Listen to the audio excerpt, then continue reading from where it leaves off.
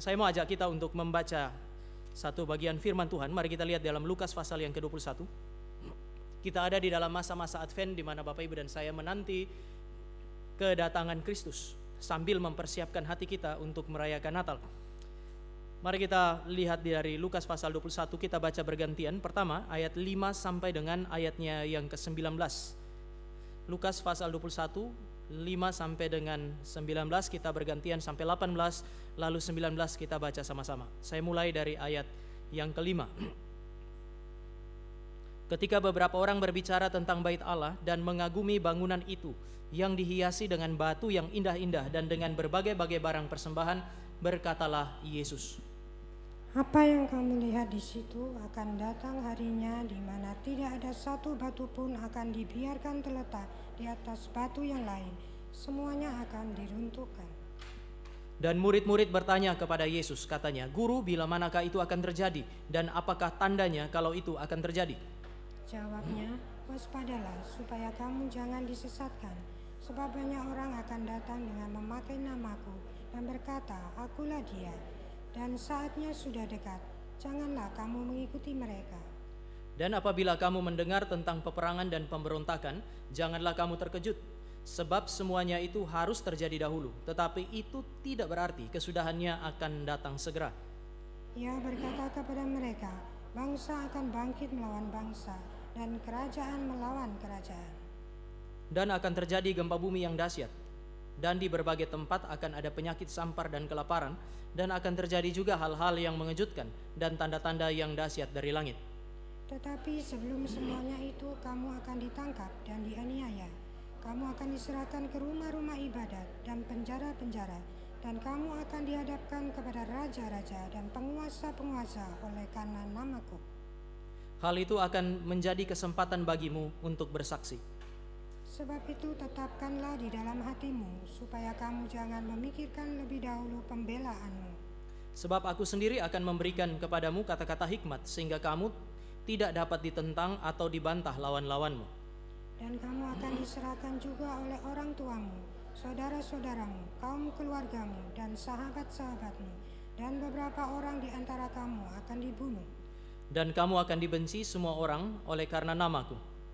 Tetapi tidak selai pun dari rambut kepalamu akan hilang. Sama-sama, kalau kamu tetap bertahan, kamu akan memperoleh hidupmu. Mari kita lanjutkan ayat 25 sampai 33, kita baca bergantian. Saya mulai ayat 25. Dan akan ada tanda-tanda pada matahari dan bulan dan bintang-bintang, dan di bumi bangsa-bangsa akan takut dan bingung menghadapi deru dan gelora laut. Orang akan mati ketakutan karena kecemasan berhubung dengan segala apa yang menimpa bumi ini, sebab kuasa-kuasa langit akan goncang. Pada waktu itulah orang akan melihat Anak Manusia datang dalam awan dengan segala kekuasaan dan kemuliaannya. Apabila semuanya itu mulai terjadi, bangkitlah dan angkatlah mukamu, sebab penyelamatanmu sudah dekat.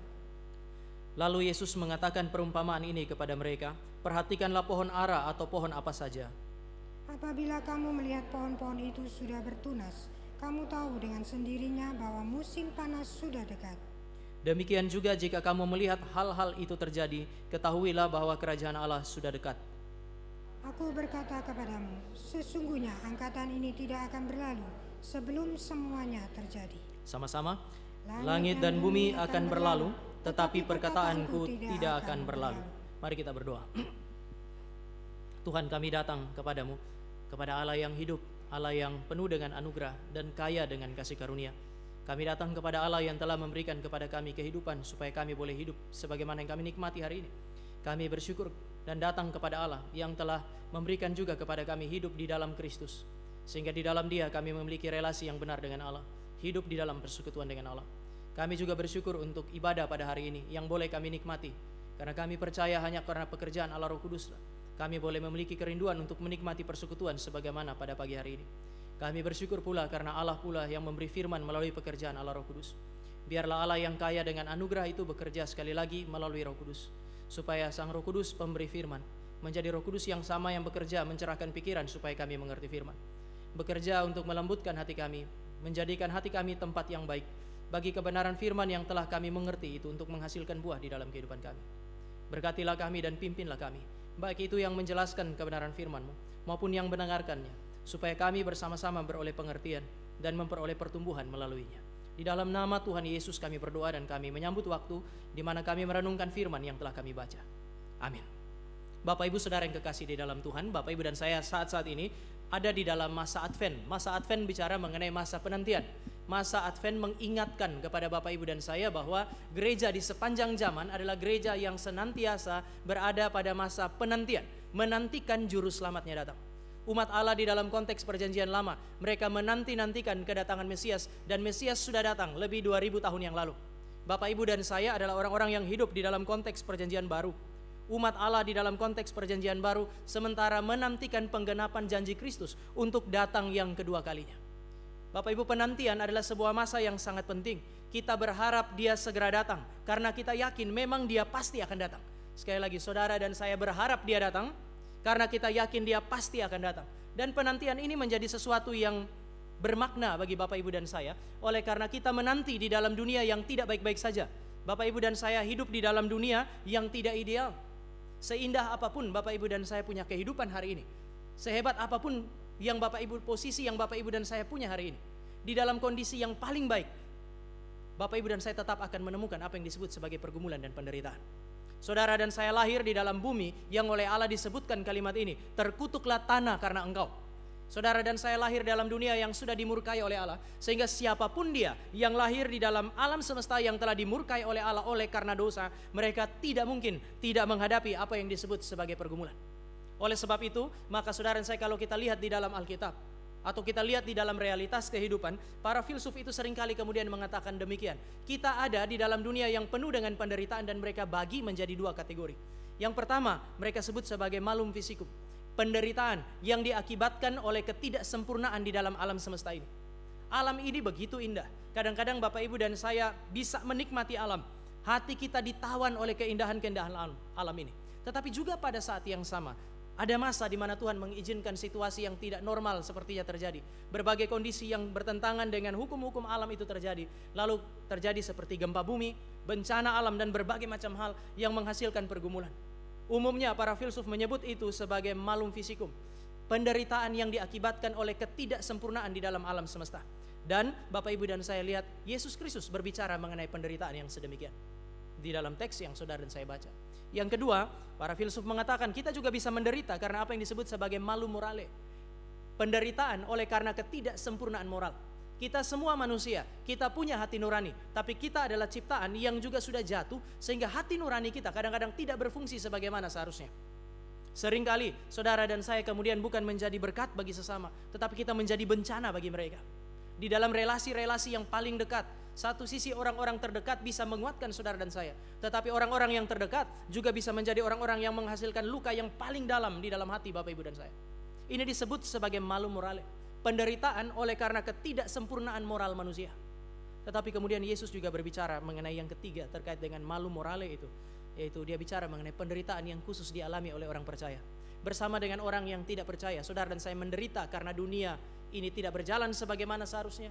Bersama dengan orang yang tidak percaya, kita bergumul oleh karena manusia satu dengan yang lain saling melukai dan saling menyakiti.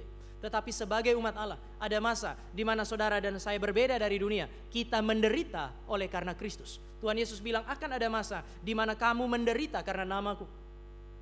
Penulis Alkitab mengatakan saudara dan saya akan menderita oleh karena kebenaran. Rasanya kehidupan kita itu bukannya makin mudah, tetapi makin lama makin sulit. Menderita bersama-sama dengan dunia, tetapi karena saudara dan saya percaya kepada Allah, maka ada semacam salib yang Allah berikan kepada saudara dan saya. Penderitaan itu makin lama makin hebat, sehingga Tuhan Yesus bilang kalau waktunya tidak dipercepat, tidak akan ada orang yang bisa bertahan. Tetapi di tengah-tengah situasi yang sedemikian, apa yang menjadi pengharapan Bapak Ibu dan saya?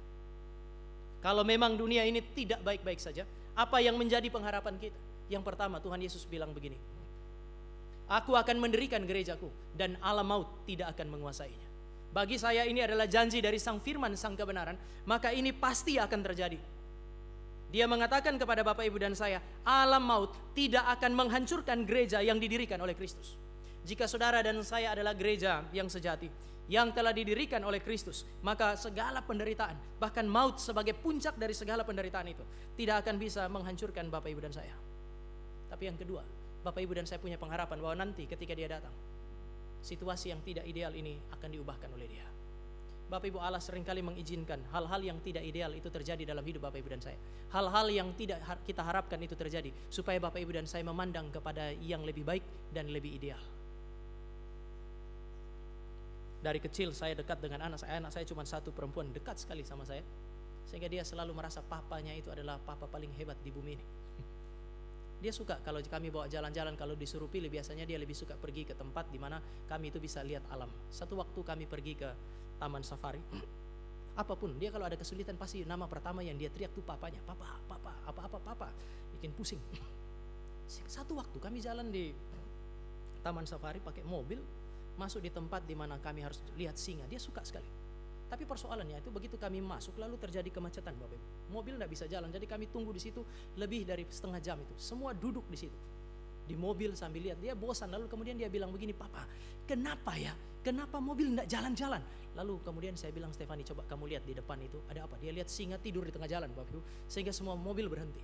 Lalu saya bilang, kita tidak bisa jalan karena singa lagi ada di situ, kita tidak bisa jalan. Lalu kemudian dia bilang, seperti biasa, pahlawannya adalah papanya. Lalu dia bilang begini, papa, Stefani sudah pengen sekali melanjutkan perjalanan, jadi papa turunlah usir singanya. Saya pikir, wah ini kalau saya turun saya jumpa Kristus lebih cepat. Saya bilang, nak, nggak bisa. Papa nggak bisa turun ke sana. Singa itu jauh lebih besar, jauh lebih kuat. Tapi dia bilang, tapi papa kuat kan? Iya, papa kuat. Tetapi singa lebih kuat. Jadi siapa yang lebih kuat dari singa? Saya bilang yang lebih kuat dari singa cuma satu. Siapa? Tuhan. Kesempatan di mana dia melihat kondisi atau situasi di mana dia melihat ketidaksempurnaan papanya, kelemahan papanya, itu adalah kesempatan terbaik bagi dia untuk melihat kebesaran Tuhannya. Bapak Ibu, kadang-kadang Allah mengizinkan Bapak Ibu dan saya menjalani kehidupan yang tidak ideal, supaya semua yang selama ini kita andalkan untuk menjalani hidup yang ideal itu tidak menghalangi pandangan kita kepada Tuhan. Oleh sebab itu Allah juga mengizinkan Bapak Ibu dan saya melihat apa yang disebut sebagai tanda-tanda zaman. Banyak orang lihat tanda-tanda zaman sebagai sesuatu yang mengerikan. Tetapi kalau Bapak Ibu dan saya mengerti bahwa tanda itu menunjuk kepada sesuatu yang lain yang jauh lebih besar dan jauh lebih mulia daripada tanda itu sendiri, maka Bapak Ibu dan saya akan punya pengharapan. Ada ilmu di dalam ilmu sosial namanya semionetika. Semionetika bicara mengenai ilmu tentang tanda. Ilmu tentang tanda selalu bicara mengenai dua hal. Ada tanda, kalau ada tanda maka pasti selalu ada sesuatu yang mau ditandai. Maka ke waktu kita ngomong mengenai tanda selalu bicara mengenai realitas yang kelihatan maupun realitas yang tidak kelihatan. Tanda yang kelihatan mungkin mulia, tetapi tidak pernah tanda itu lebih mulia dari apa yang ditandai. Tadi pagi saya pakai contoh yang sama. Pernikahan di GRI sering diikuti dengan prosesi yang namanya tukar cincin. Selalu ada kalimat ini, cincin ini terbuat dari emas dan berbentuk bulat untuk menggambarkan cintaku yang utuh dan yang murni yang aku berikan kepadamu. Cincin itu berharga, tetapi dia tidak lebih berharga dari cinta kasih yang mau disimbolkan oleh cincin. Makanya tidak ada pasangan mau menikah itu kemudian yang paling penting ada cincin. Mas, yang paling penting nanti waktu menikah ada cincin. Bahwa kamu tidak mencintai aku enggak apa-apa. Yang penting ada cincin. Saya kira tidak ada perempuan akan ngomong begitu. Saudara akan dengar perempuan itu kalau ngomong dengan suami, calon suaminya dia akan balik. Gak apa-apa kalau kita menikah nanti tidak ada cincin, gak apa-apa. Yang penting kamu mengasihi saya. Yang penting kamu tetap mencintai saya. Cincin itu penting, tetapi dia tidak lebih penting dari apa yang mau dia tandai, yaitu cinta kasih. Demikian juga ketika saudara dan saya berbicara mengenai tanda-tanda zaman. Tanda-tanda zaman itu begitu penting, maka Tuhan Yesus bilang perhatikan tanda-tanda zaman. Tetapi jika saudara dan saya hanya memperhatikan tanda-tanda zaman, hasilnya adalah ketakutan. Tapi jika saudara dan saya mau melihat apa yang Allah mau ceritakan, apa yang mau Allah beritakan melalui tanda-tanda zaman yang mengerikan itu, saudara dan saya punya sukacita dan saudara dan saya akan punya pengharapan. Maka hari ini saya mau ajak Bapak Ibu untuk melihat hampir semua gereja pada masa-masa penantian. Kalau saudara lihat atau saudara search ayat-ayat yang berbicara mengenai masa penantian di dalam 2 minggu pertama bulan Desember seringkali berbicara mengenai akhir zaman, untuk mengingatkan saudara dan saya mengenai masa penantian. Nah, saya mau mulai dengan mengajak kita melihat ayat yang ke-7. Ada 2 pertanyaan di situ sebelum kita masuk lebih jauh. Di dalam ayat yang ke-7 ada 2 pertanyaan yang diajukan oleh murid-murid. Yang satu kurang penting, yang satu sangat penting. Sayangnya hari ini gereja modern lebih suka memperhatikan yang tidak penting. Mari kita lihat ayat yang ke-7. Ada 2 pertanyaan di situ. Guru, bila manakah itu akan terjadi? Ini pertanyaan pertama yang bagi saya nanti kita akan lihat tidak terlalu penting. Sayangnya ini yang seringkali menjadi fokus gereja. Guru, bila manakah itu akan terjadi? Pertanyaan kedua yang paling penting, dan apakah tandanya kalau itu akan terjadi? Mari kita mulai dengan pertanyaan pertama. Guru, bila manakah itu akan terjadi? Bahasanya mungkin bisa diterjemahkan, kapan itu akan terjadi? Pertanyaannya sekarang adalah yang dimaksud dengan hal itu atau kata itu apa? Kalau kita lihat dalam ayat 5 dan 6, kelihatannya mereka sementara bertanya mengenai kapan bait Allah runtuh. Karena Tuhan Yesus lagi bilang, yang kamu lihat mulia, yang kamu lihat agung itu, satu saat nanti tidak akan ada satu batu berdiri di atas batu yang lain. Lalu mereka tanya kapan hal itu akan terjadi. Tetapi di dalam bahasa aslinya Bapak Ibu, itu bukan diterjemahkan kapan hal itu akan terjadi, tetapi kapan semua itu akan terjadi. Karena bentuknya sebenarnya jamak, plural itu. Mereka tidak hanya berbicara mengenai satu hal, tetapi mereka bicara mengenai banyak hal. Maka kalau kita perhatikan penjelasan Tuhan Yesus, kelihatannya Tuhan Yesus tidak hanya sementara dan murid-murid tidak hanya bicara mengenai bait Allah yang akan runtuh, tapi bicara mengenai banyak hal yang akan terjadi untuk menandai kedatangan Kristus yang kedua kalinya. Ini bicara mengenai kapan kedatangan Tuhan akan terjadi. Pertanyaan itu kira-kira kalau diparafrasekan akan jadi begini. Tuhan, bila manakah engkau akan datang kembali? Ini pertanyaan khas orang Yahudi. Waktu Tuhan Yesus mau naik ke surga, murid-murid masih mengajukan pertanyaan yang sama. Kalau engkau pergi, kapan engkau akan kembali untuk memulihkan kerajaan Israel? Israel ini kerajaan besar, kami ini umat Allah. Tapi coba lihat, Romawi menekan kami.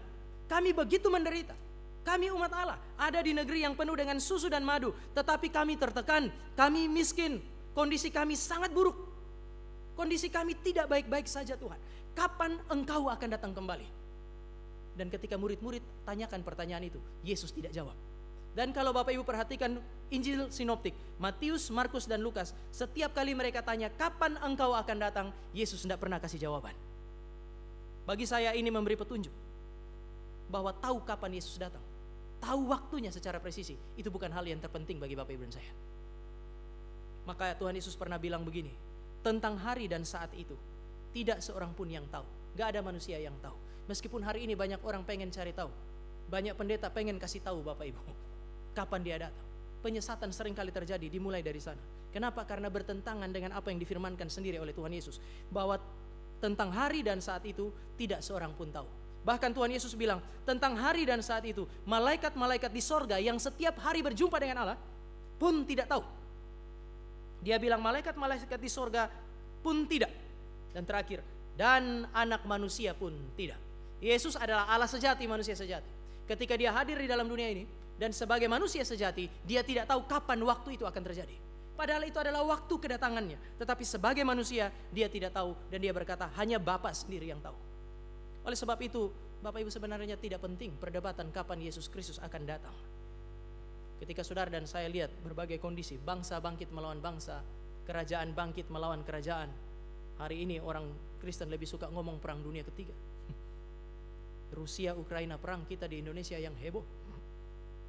Perang dunia ketiga. Saya mau ingatkan Bapak Ibu, perang dunia boleh terjadi 3 kali sampai 7 kali, mau sampai berapa kali, belum tentu Bapak Ibu dan saya bisa tebak kapan Yesus datang. Karena itu bukan yang terpenting. Saya harus sampaikan juga kepada Bapak Ibu bahwa semua usaha, sekali lagi, semua usaha untuk menebak dan menentukan kapan Yesus datang adalah perlawanan kepada Allah.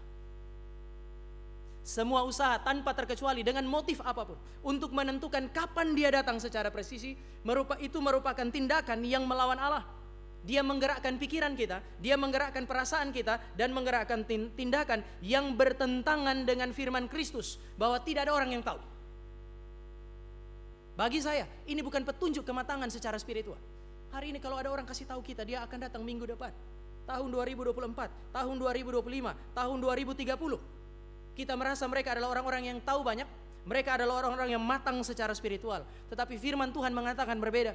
Itu bukan petunjuk kepada kedewasaan spiritual, itu adalah petunjuk kepada kemerosotan secara spiritual. Karena orang berpikir, orang merasa, dan orang hidup bertentangan dengan firman yang keluar dari mulut Kristus. Sampai kapanpun, siapapun dia, sehebat apapun dia, kalau pikiran, perasaan, dan tindakannya berbeda dengan apa yang difirmankan oleh Kristus, maka mereka sementara ada di dalam kemerosotan secara spiritual, itu bukan tanda kedewasaan secara spiritual. Sekali lagi, Yesus tidak sementara memberi jawaban untuk pertanyaan pertama, kapan engkau datang? Tapi kemudian pertanyaan yang kedua, dan apakah tandanya kalau hal itu akan terjadi? Bagi saya ini akan jauh lebih penting, karena inilah yang kemudian dijawab oleh Tuhan Yesus. Apa tandanya kalau hal itu akan terjadi? Tuhan Yesus bahkan dia bilang begini di dalam ayat yang ke-25 dan seterusnya. Kalau kamu lihat daun pohon itu sudah makin banyak, kamu tahu musim semi akan tiba. Di dalam bagian yang lain dia pakai contoh yang sama, kemudian dia bilang kamu harus memperhatikan tanda-tanda zaman.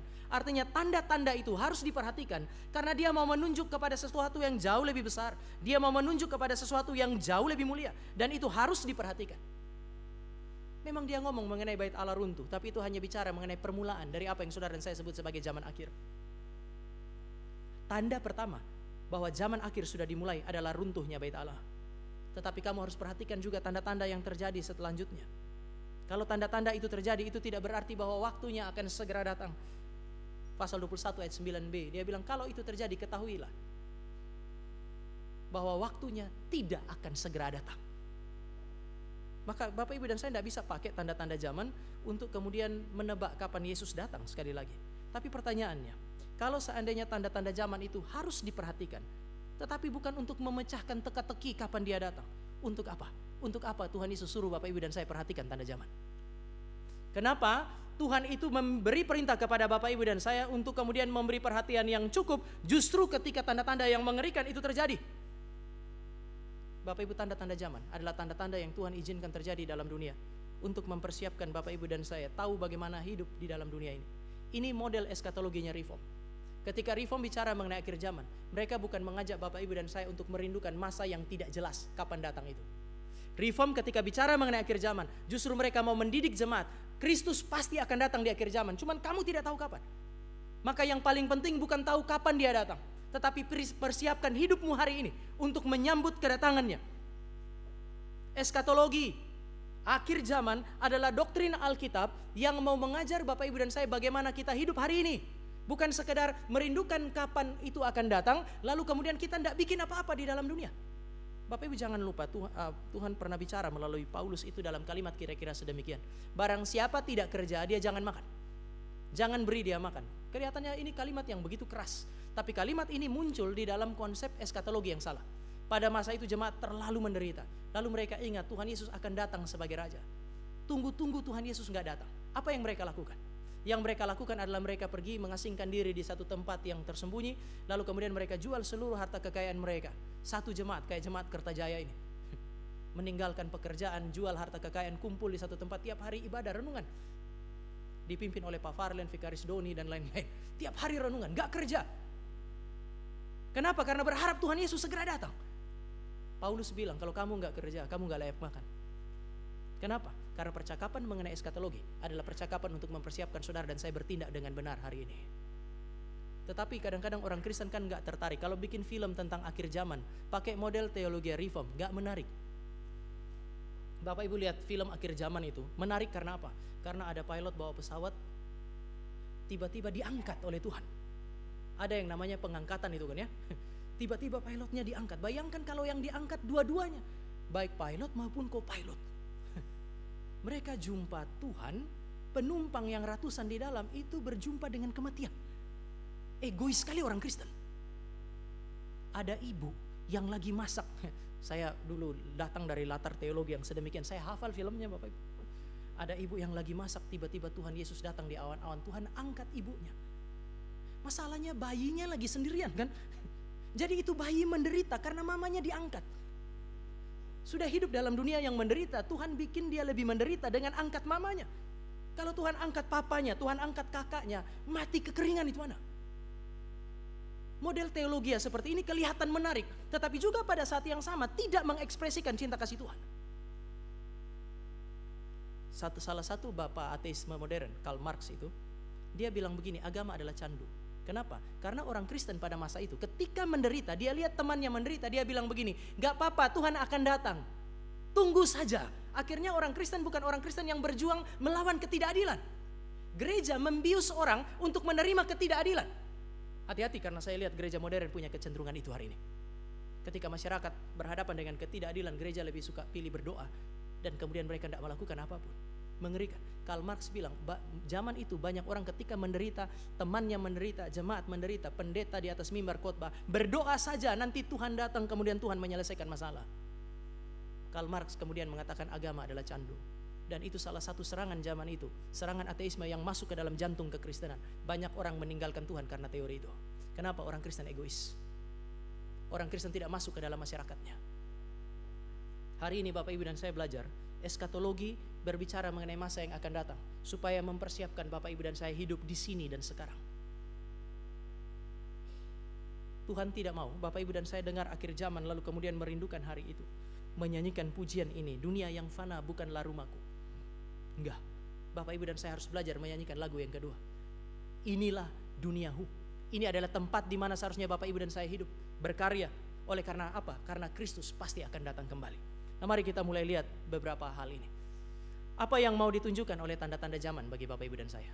Tanda-tanda zaman mengerikan.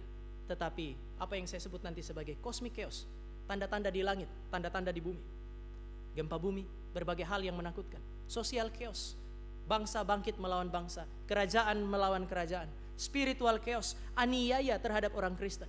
Itu adalah tanda-tanda zaman yang akan terjadi sepanjang zaman. Bapak Ibu dan saya akan lihat itu terjadi sepanjang zaman, sehingga justru kita tidak pernah bisa tahu kapan dia datang.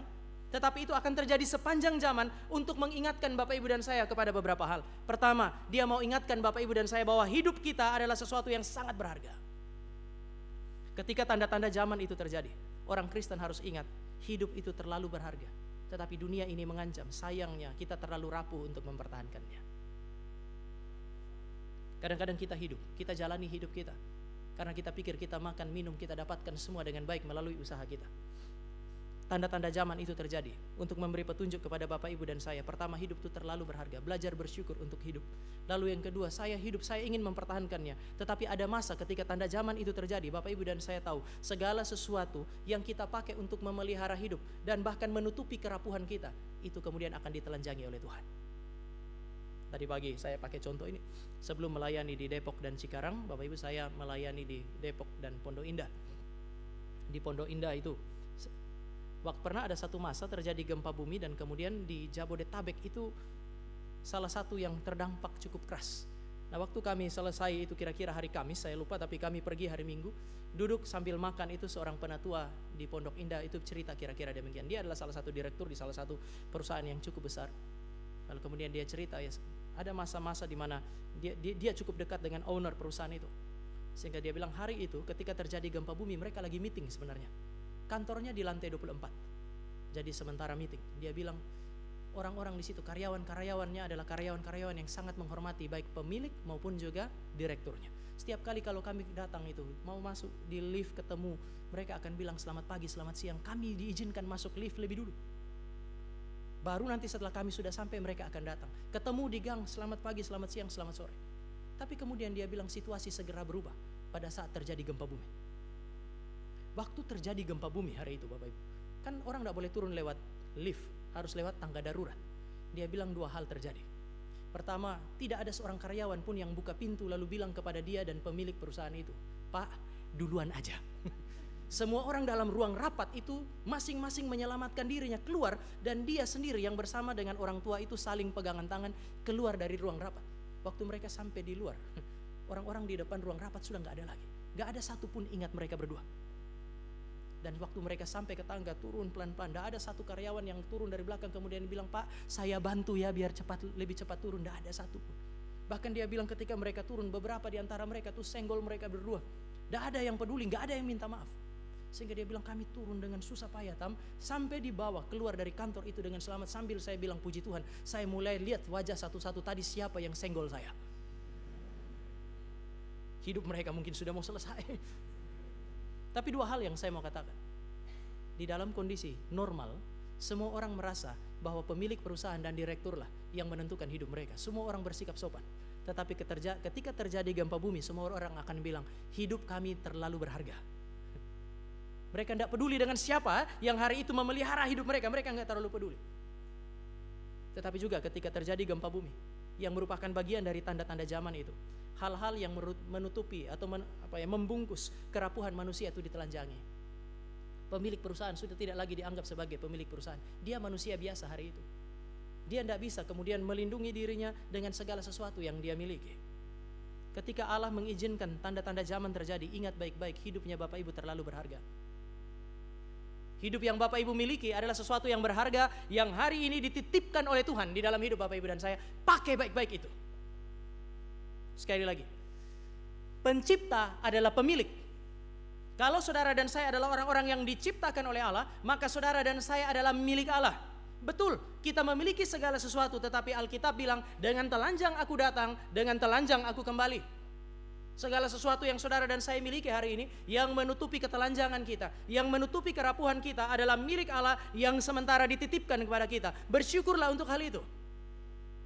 Bahkan hidup yang Bapak Ibu dan saya punya, setiap tarikan nafas itu, belajar bersyukur kepada Tuhan. Dia mau bilang kepada saudara dan saya, hidup yang saudara dan saya punya berharga. Sayangnya hal-hal yang berharga itu kalau sudah terlalu sering ada pada kita jadi terlihat biasa kan ya. Maka perlu ada di mana hal-hal yang reguler Bapak Ibu dan saya nikmati itu digoncang sedikit supaya kita sadar bahwa itu berharga. Tanda-tanda zaman mau bilang hidup berharga, tetapi sayangnya kita rapuh. Oleh sebab itu tanda-tanda zaman juga mau memberikan pengharapan bagi Bapak Ibu dan saya, yang satu sisi diberkati, namun di sisi yang lain rapuh. Yang satu sisi hidup, namun di sisi yang lain tidak punya kemampuan untuk mempertahankan hidup. Mari kita lihat ayat yang ke-27. Dalam situasi kacau balau ayat 25-26 tentang tanda-tanda pada matahari, bulan, bintang, dan gelora laut dan seterusnya. Ada kecemasan, ketakutan karena manusia rapuh. Apa yang harus dilihat oleh manusia? Ayat 27. Pada waktu itu, orang, kamu, Bapak Ibu dan saya, harus melihat anak manusia datang dalam awan dengan segala kekuasaan dan kemuliaannya.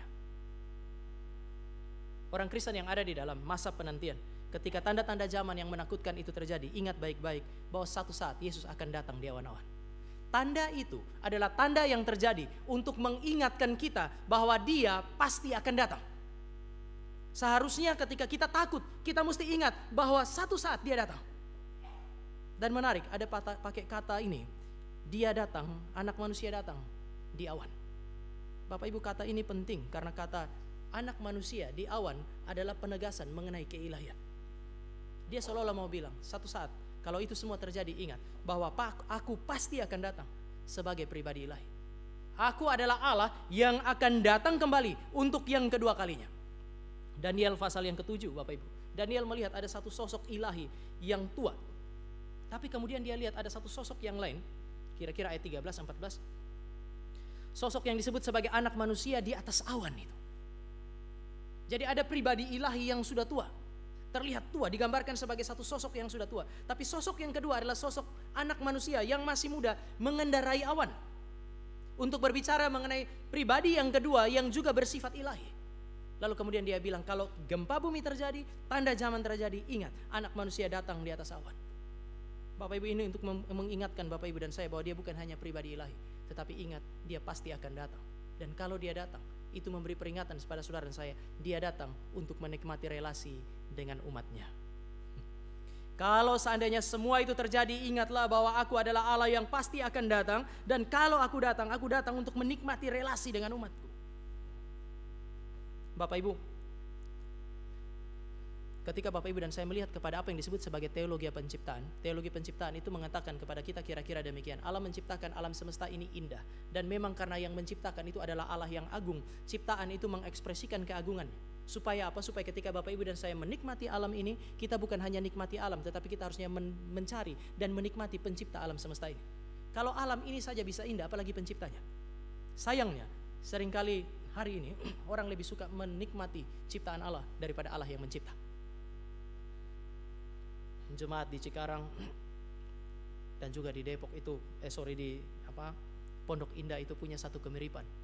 Itu Natal, itu selalu diadakan paling lambat minggu kedua Desember. Kalau sudah lewat, kosong Natalnya. Kenapa? Karena begitu minggu kedua orang langsung liburan, anak libur, orang tua pergi, hilang semua. Sehingga minggu ketiga sepi ibadah kita. Kami tidak pernah lagi undang tamu berkhotbah di minggu ketiga. Kenapa? Karena kalau pengkhotbah tamu datang minggu ketiga kasihan, gak ada jemaat pergi. Tuhan berkati mereka sehingga mereka punya uang untuk kalau libur pergi. Bahkan ada yang sudah beli tiket 1 tahun sebelumnya. Satu kali waktu ngobrol kemudian di Cikarang itu saya tanya, kok 1 tahun sebelumnya sudah beli tiket? Saya bertanya-tanya karena gak ada jemaat yang beli tiket speak 1 tahun sebelumnya. Lalu dia kadang-kadang dia bilang, Pak, kami itu 2 tahun lalu pergi ke satu tempat, indah sekali Pak. Saking indahnya, sebenarnya waktu pulang itu terpaksa, pengennya nggak pulang, maunya terus di situ. Tetapi kan harus pulang, anak harus sekolah, harus kerja. Kalau yang lebih rohani bilang kan harus pelayanan, jadi harus pulang. Tetapi sebenarnya waktu kami pulang itu Pak, pengennya nggak mau pulang. Sehingga waktu kami pulang sampai di Cikarang, kami sudah pesan tiket lagi. Tahun depan kami mau pergi lagi, karena kami belum selesai menikmati semua itu. Bisa loh, 2 tahun, 3 tahun selalu bolak-balik ke sana dan tidak habis-habis. Keagungan, keindahan tempat itu tuh terus menarik mata mereka, hati mereka, sehingga mereka terus mau balik ke sana. Bapak Ibu, alam tuh saking indahnya, dia bisa bikin Bapak Ibu dan saya merasa tidak puas menikmatinya, pengen balik lagi, dan kalaupun saudara dan saya balik lagi tidak bosan. Ini janggal kalau saudara dan saya menikmati keindahan alam sampai sebegitunya, tapi saudara dan saya tidak lagi menikmati keindahan Sang Pencipta. Kebesaran dan keagungan Sang Pencipta itu tidak memanggil kita balik lagi untuk mencari relasi dengan Dia. Bahkan kadang-kadang bikin kita bosan. Siapa di sini ibadah 1, ibadah 2, kalau ada ibadah 3 ikut lagi. Justru kita akan ikut ibadah 1, begitu selesai pas mall buka, kita pergi ke sana. Saya nggak bilang Bapak Ibu tidak boleh menikmati semua itu, nikmatilah alam ini. Tetapi jangan berhenti menikmati alam sampai kemudian saudara dan saya melupakan Sang Pencipta. Tetapi inilah kecenderungan manusia berdosa. Mereka menikmati ciptaan dan mengabaikan Sang Pencipta. Oleh sebab itu kadang-kadang Allah itu menghancurkan apa yang indah supaya Bapak Ibu dan saya sadar Dia tidak kekal. Tuhan Yesus mulai dengan bilang begini, kamu lihat bait Allah itu indah buatan tangan manusia. Satu saat nggak akan ada satu batu berdiri di atas batu yang lain. Supaya kamu ingat, cuma satu yang kekal, yaitu Allah. Bait Allah itu penting untuk beribadah, tetapi dia tidak lebih penting daripada Allah. Satu saat dia hancur, supaya kamu ingat Allah jauh lebih besar daripada itu.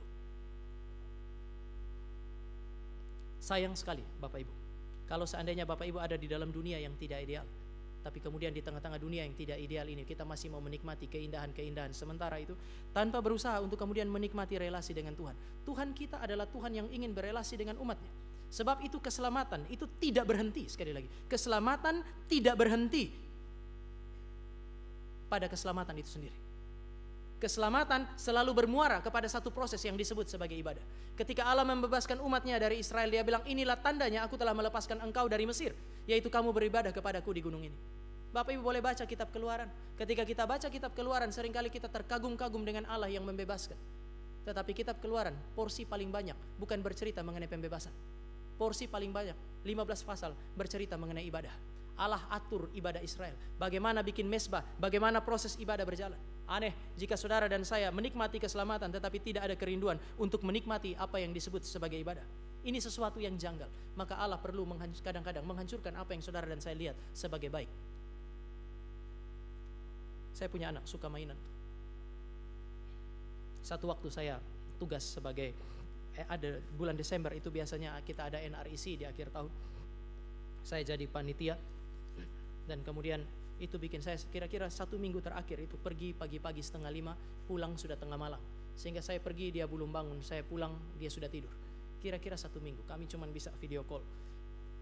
Dan tiap kali video call dia selalu bilang, "Papa, kapan ketemu? Kapan ketemu?" Saya bilang, "Nanti 24 Desember kamu datang." Bapak Ibu, 24 Desember waktu dia datang, sebelum itu saya tahu pasti dia akan cari-cari saya, sehingga saya ada satu mainan yang dia suka, kami beli sebelum saya pergi. Dan waktu hari itu di tengah orang banyak, saya lihat dia dengan istri saya datang, dia terus main mainan itu. Di tengah-tengah orang banyak itu saya panggil namanya, "Stevie." Dia dengar suara saya, dia berhenti, dia cari-cari. Lalu kemudian kira-kira 3-4 kali, terakhir pas sudah dekat saya bilang, "Stevie." Begitu dia lihat saya Bapak Ibu, apa yang dia lakukan? Dia buang mainannya, lalu kemudian dia lari, dia peluk saya. Ini kan relasi normal papa dan anak kan ya. Bapak Ibu bayangkan kalau begitu sudah sampai pada titik terakhir, sudah hadapan muka dengan muka, saya bilang, "Stevie," kemudian dia lihat saya, dia balik lagi main, relasinya pasti gak beres. Kalau itu yang terjadi, saya akan ambil mainannya. Saya cemburu. Allah. Ketika Bapak Ibu dan saya menikmati semua mainan yang Dia kasih, dan mainan lebih dinikmati daripada sang pemberi, satu saat Dia akan ambil mainan itu. Karena tangan yang kuat, yang terlihat lebih kuat dari Allah harus disingkirkan, supaya mata kita melihat tangan yang terkuat, yaitu tangan Allah sendiri. Kapan terakhir kali Bapak Ibu dan saya menikmati ibadah dengan sukacita? Oleh karena saudara dan saya tahu bahwa Dia yang akan datang di awan-awan itu adalah Dia yang ingin berelasi dengan umatnya. Kalau semua itu terjadi, ingat, aku akan datang di awan-awan. Bapak Ibu, awan juga bicara mengenai apa yang disebut sebagai Allah yang bukan hanya berelasi, tetapi Dia beserta dan kemudian membela umatnya. Di sini saudara saya bisa mengerti kenapa Allah hadir di dalam tiang awan dan tiang api. Selama 40 tahun perjalanan, ada tiang awan, tiang api yang menyertai perjalanan Israel. Bapak Reformasi Yohanes Calvin itu mengatakan bahwa tiang awan, tiang api bukan alat yang Tuhan kirim untuk menyertai Israel, tetapi tiang awan, tiang api, Keluaran pasal 13 ayat 21, adalah Tuhan yang hadir di tengah-tengah umatnya. Dia ambil rupa tiang awan, tiang api. Maka 40 tahun Israel itu menikmati kehadiran Tuhan secara langsung di dalam rupa tiang awan, tiang api. Allah mereka adalah Allah yang mengembara bersama dengan umatnya di tengah-tengah padang gurun. Allah mereka adalah Allah yang menyertai mereka. Allah mereka adalah Allah yang membela mereka. Ketika orang Mesir mengejar mereka, mereka tidak bisa bikin apa-apa. Allah ada di antara Israel dan Mesir, sehingga Mesir menjadi tidak berdaya. Tentara yang begitu kuat terlihat begitu rapuh karena Allah yang paling kuat, pribadi yang paling perkasa itu ada di antara mereka dan Dia memihak umatnya. Aku akan datang di awan-awan. Ketika Bapak Ibu dan saya mengalami situasi yang buruk, anggaplah itu mungkin sebagai tanda zaman, mengingatkan saudara dan saya bahwa Dia akan datang di awan-awan. Dia bukan hanya Tuhan yang mau berelasi dengan kita demi kepentingannya, tidak. Dia masuk ke dalam dunia untuk menjadi pembela bagi umatnya. Dia yang akan datang untuk melindungi saudara dan saya, supaya saudara dan saya mengerti bahwa alam maut tidak akan menguasai gerejanya. Kenapa alam maut tidak menguasai kita? Bukan karena gereja terlalu kuat. Alam maut tidak mungkin menguasai gereja. Kenapa? Karena Sang Kristus ada bersama dengan umatnya. Beberapa hari yang lalu kami baru menguburkan salah satu orang tua, ibu dari salah satu jemaat itu. Jemaat itu pengurusnya kami, dia beribadah di kami. Mamanya itu tidak bergereja di tempat lain, tetapi beberapa kali kami datang untuk melayani. Dan di hari-hari terakhir waktu mamanya itu mereka lihat sudah begitu kritis, sang pengurus itu telepon, sudah kritis, bisa nggak datang? Lalu setelah pelayanan, saya ingat malam kami datang, begitu sampai masuk ke dalam kamar, lalu anaknya itu lagi peluk dia, anaknya bilang begini sama mamanya, itu Pak Pendeta datang. Lalu dia balik, dia menghadap ke saya, dia pegang tangan saya kuat-kuat, lalu dia bilang begini, Pak Pendeta, berdoalah, kasih tahu Tuhan, saya sudah siap. Kan biasa orang kalau kritis, tugas pendeta datang mempersiapkan mereka jumpa Tuhan. Ini tugas saya jadi lebih ringan. Dia sudah siap, saya belum ngomong, dia sudah siap duluan. Tetapi Bapak Ibu, coba perhatikan hal ini. Biasanya ketika kami mendoakan orang-orang yang ada pada saat-saat terakhir, ada orang tua yang akan bilang begini, Pak Pendeta doakan supaya Tuhan panggil cepat. Kenapa? Karena sudah terlalu sakit. Sudah sakit sekali, sudah tidak tahan lagi. Jadi doakan supaya Tuhan panggil. Atau yang kedua, Pak Pendeta, saya sudah lama sakit, kasihan anak-anak saya, mereka repot. Doakanlah supaya Tuhan panggil. Tapi hari itu saya dengar alasan yang ketiga dan bagi saya itu indah sekali. Pak Pendeta, doakan supaya Tuhan panggil. Karena saya tahu yang paling indah adalah ketemu Tuhan. Tapi saya rasa hari itu bukan saya menguatkan dia, mempersiapkan dia. Dia mempersiapkan saya sebagai hamba Tuhan. Saya lihat anak-anak yang selalu saya bilang kepada mereka, kalau nanti Tuhan panggil mama, berduka cita, tetapi jangan terlalu lama, karena dia tahu kemana dia pergi. Harusnya kalian tahu kemana dia pergi. Bapak Ibu, saya tidak bilang bahwa alam maut tidak menguasai berarti saudara dan saya tidak menderita, tidak mati. Karena Tuhan Yesus bilang kamu pasti menderita dan beberapa di antara kamu pasti akan mati. Tetapi yang disebut sebagai alam maut tidak menguasainya adalah Bapak Ibu dan saya sambil berhadapan dengan kematian. Saudara dan saya punya kekuatan yang begitu besar untuk pada saat yang sama berhadapan dengan kematian. Iman tidak meniadakan yang disebut sebagai penderitaan. Iman tidak meniadakan yang disebut sebagai kematian. Tetapi iman memungkinkan saudara dan saya berhadapan dengan kematian dengan pengharapan kepada Allah. Kalau seandainya kamu berhadapan dengan situasi itu, ingat, Anak Manusia pasti akan datang. Bukan hanya untuk berelasi dengan umatnya, tetapi membela umatnya, menjaga umatnya, sehingga mereka itu tidak dikuasai oleh maut. Tetapi dia juga bilang, Anak Manusia datang di awan-awan. Bapak Ibu baca kalimat-kalimat selanjutnya. Dia juga bilang, aku akan datang sebagai hakim. Datang sebagai pribadi ilahi yang mau berelasi, datang sebagai pribadi ilahi yang kemudian menyertai dan membela, tetapi juga datang sebagai pribadi ilahi yang akan menghakimi. Tanda-tanda zaman adalah sebuah peringatan bagi Bapak Ibu dan saya. Kalau kita lihat tanda-tanda zaman itu mengerikan, ingat bahwa penghakiman Kristus jauh lebih mengerikan dari itu. Kalau itu menakutkan, lebih takutlah kepada penghakimannya. Aku akan datang sebagai Allah, dan Allah ini adalah Allah yang menghakimi.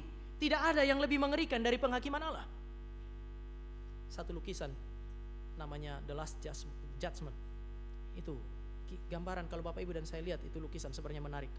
Ada seorang perempuan gendong anaknya, dan perempuan itu begitu ketakutan di dalam lukisan itu. Matanya itu seperti orang yang ketakutan, wajahnya. Begitu juga bayi yang dia gendong itu. Mereka takut terhadap apa? Kalau saudara dan saya lihat, mereka sementara memandang ke belakang, dan di belakangnya adalah seorang algojo yang begitu besar, pakai pedang yang besar. Apakah mereka takut kepada sang algojo itu? Kelihatannya tidak, karena sang algojo punya wajah juga terlihat ketakutan. Meskipun dia cukup kekar, dia pegang pedang itu, tapi kalau kita lihat dalam lukisan itu, wajahnya juga wajah yang ada di dalam ketakutan. Matanya tidak sementara memandang perempuan dan anak itu, tetapi matanya memandang ke belakang. Kalau saudara lihat di belakangnya dia, ada gambaran itu, singa yang lebih gede, singa yang lebih besar. Kelihatannya dia takut sama singa itu. Tapi kalau di dalam lukisan itu saudara saya perhatikan, kita lihat, singa itu juga punya mata, digambarkan seperti wajahnya dia itu juga seperti ketakutan. Dan matanya tidak sementara memandang sang algojo. Matanya itu sementara memandang ke langit. Dan kalau saudara lihat dalam lukisan itu, langit itu digambarkan hitam gelap dan merah untuk menggambarkan murka Tuhan. Di dalam dunia ini ada banyak hal yang menakutkan, termasuk tanda-tanda zaman. Tetapi tanda-tanda zaman dan hal-hal yang menakutkan itu tidak lebih menakutkan daripada Allah. Murka Allah, penghakiman Allah jauh lebih menakutkan daripada itu. Setiap kali saudara dan saya dengar kabar tentang perang dan itu menakutkan, lebih takutlah kepada murka Tuhan. Lebih takutlah kepada apa yang disebut sebagai penghakiman Tuhan. Tetapi syukur kepada Tuhan, kalau Bapak Ibu dan saya tahu Kristus sudah datang untuk yang pertama kalinya. Kita merayakan hari raya Natal oleh karena Allah itu menjadi manusia. Dia datang untuk kemudian menebus dan menyelamatkan saudara dan saya, masuk ke dalam relasi dengan saudara dan saya, sehingga kita hidup. Dia memimpin kehidupan saudara dan saya supaya alam maut tidak menguasai kita. Penghakiman Allah pasti terjadi, tetapi mereka yang telah menerima Kristus yang sudah datang pertama kali dan karyanya, mereka lolos dari apa yang disebut sebagai keadilan yang menakutkan itu. Jika saudara dan saya pernah menerima Kristus sebagai Tuhan dan Juru Selamat, ketika tanda-tanda zaman itu terjadi, satu sisi takut, tapi sisi yang lain bersyukurlah, karena saudara dan saya telah diloloskan dari semua itu. Maka tanda-tanda zaman bukan sebuah tanda yang menakutkan. Tanda-tanda zaman adalah tanda-tanda yang Tuhan berikan untuk mengatur bagaimana seharusnya Bapak Ibu dan saya hidup di dalam dunia ini. Bapak Ibu, saya secara cepat akan mengajak Bapak Ibu untuk melihat bagaimana Tuhan mau mengajar saudara dan saya. Yang pertama, ada yang namanya penyesatan. Bagaimana hidup dalam dunia yang tidak ideal. Tuhan Yesus bilang, kamu akan lihat satu tanda ini. Tanda pertama, akan terjadi apa yang disebut sebagai penyesatan. Orang akan bilang dia ada di sini, dia ada di sana. Ada orang yang akan datang dan berkata, akulah dia.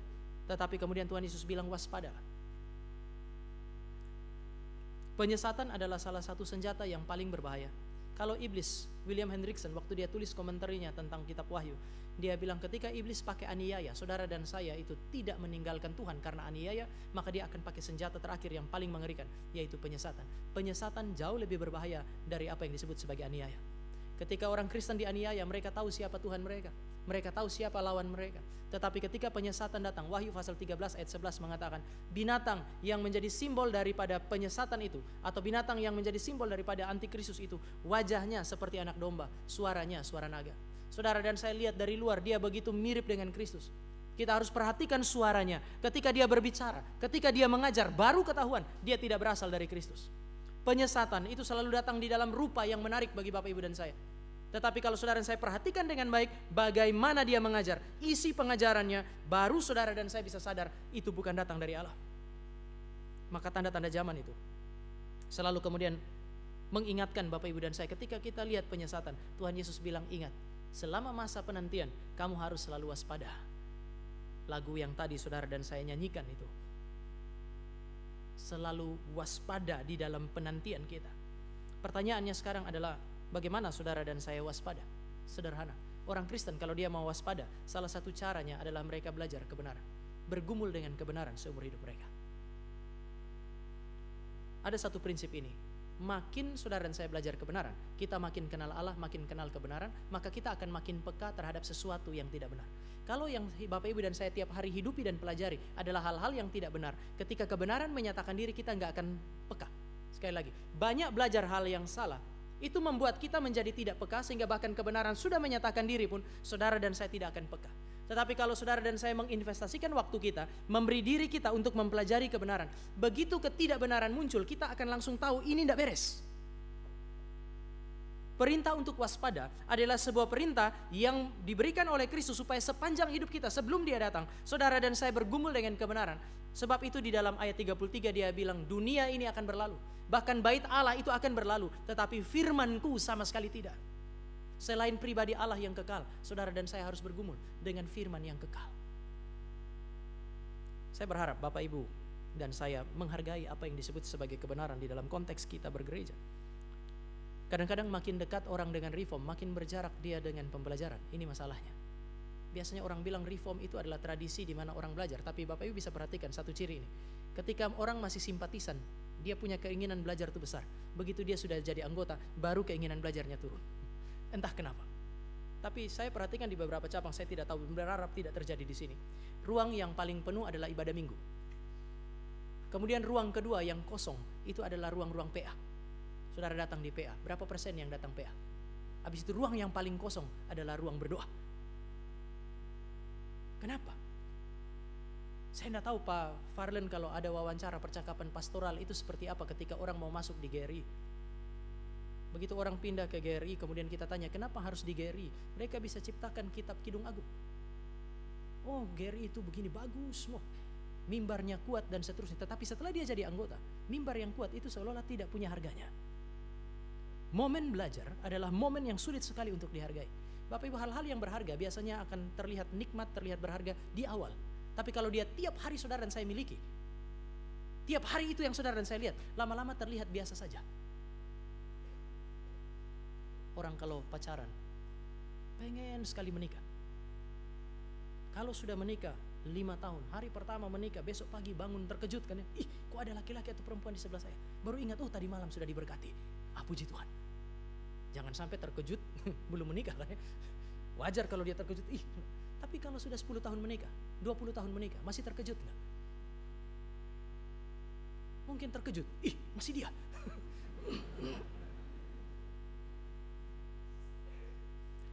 Hal yang baik, hal yang berharga, yang saudara dan saya minta dan doakan itu, kalau dia terus-menerus ada di situ, seringkali saudara dan saya lihat itu sebagai sesuatu yang tidak penting. Tapi Tuhan Yesus bilang, kadang-kadang aniaya harus terjadi. Aniaya itu memisahkan kita dari kebenaran yang Bapak Ibu dan saya nikmati dengan bebas.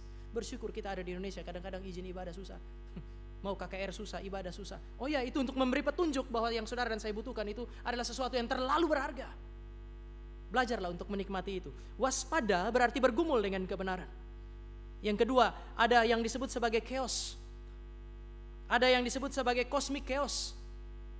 Hal-hal yang Bapak Ibu dan saya lihat reguler di alam semesta ini, kemudian tidak berjalan sebagaimana seharusnya. Kita lihat hal-hal yang baik di dalam laut juga tidak berjalan sebagaimana seharusnya. Ya Tuhan izinkan itu terjadi untuk memberi petunjuk bahwa itu tidak kekal. Tadi saya bilang satu saat Tuhan harus memberi petunjuk bahwa itu tidak kekal. Boleh ada, boleh tidak ada. Tetapi Sang Pencipta tidak boleh tidak ada. Bahkan Dia memberi pengharapan bagi Bapak Ibu dan saya. Saya sudah baca, tetapi 2 Petrus pasal yang ketiga ayat 10 sampai 13 situ bicara mengenai akhir zaman dan ada 2 kali diulangi unsur-unsur dunia yang ada saat ini akan binasa. Tetapi itu tidak berarti bahwa dunia ini akan hilang begitu saja. Sebab ayat 13 dia bicara mengenai langit baru, bumi baru.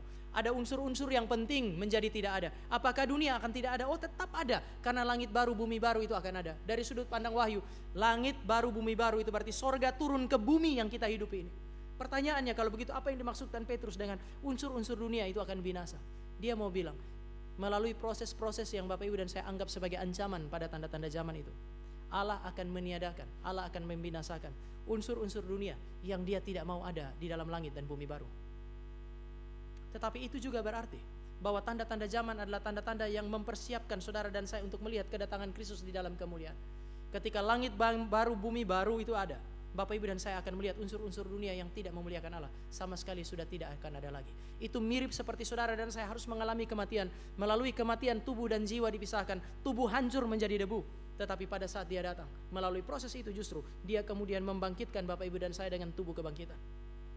Satu sisi takutlah, tapi di sisi yang lain berharaplah, karena cosmic chaos memberi petunjuk kepada Bapak Ibu dan saya bahwa Allah kita adalah Allah yang berkuasa atas segala sesuatu dan Dia akan memulihkannya. Dan terakhir Bapak Ibu, salib. Kamu akan melihat bahwa saudara-saudaramu, orang tuamu, orang-orang yang terdekat, sahabatmu akan menganiaya kamu oleh karena kamu menjadi muridku. Kamu akan menderita oleh karena namaku. Kamu akan menderita oleh karena kebenaran. Ayat 13 bilang itu harus terjadi supaya kamu menjadi saksi. Ketika tanda-tanda zaman terjadi, ketika aniaya terjadi, Tuhan Yesus bilang itu adalah kesempatan yang baik untuk bersaksi. Bapak Ibu, ada masa di mana Bapak Ibu dan saya merasa kenapa orang Kristen itu terus menderita. Bahkan sebagian orang Kristen itu mengalami apa yang disebut sebagai kematian.